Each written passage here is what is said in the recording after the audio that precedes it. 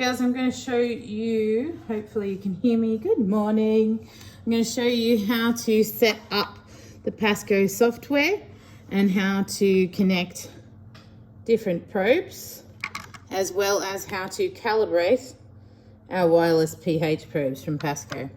So what you do is you open up your PASCO software over here, and I'm going to show you how to do the temperature and pH prac, because this is probably the hardest one, but there are some other ways of doing it. So I'm just going to press in manual entry, and it's going to give me a nice table here on the left and a graph on the right. But most importantly, right up the top here, there's a little Bluetooth symbol. So I'm going to click the little Bluetooth symbol, and it should be asking me for wireless devices to connect. Now, when I press on the power button, you'll see that it starts to flash, really hard to see, but I can see that over on my computer, I can now detect the temperature probe. So I'm just going to click connect. I'm going to do the same with my pH probe, turn it on. Once it's on, I match my numbers, 831923, to what's on here, and click that and connect that. So now I've got both of my probes connected. I can come back to here. So if I was doing temperature and pH, what I would want would be temperature on the X.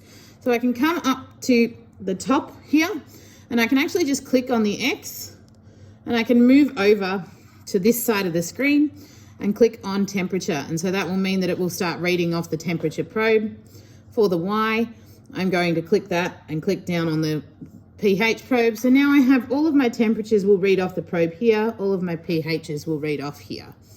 The other thing that I want to do is, because I'm going to decide when I change and when I take my values, I'm going to change this from being a periodic measure. So down the bottom here, I pressed this, it said periodic. I'm going to change it to manual.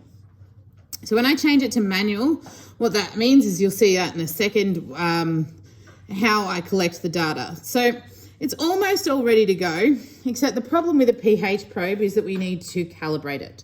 So when we calibrate a pH probe, we're going to use the little button down the bottom here. Actually, I might just stop this, and I'm going to do one more video on how to calibrate the pH probe.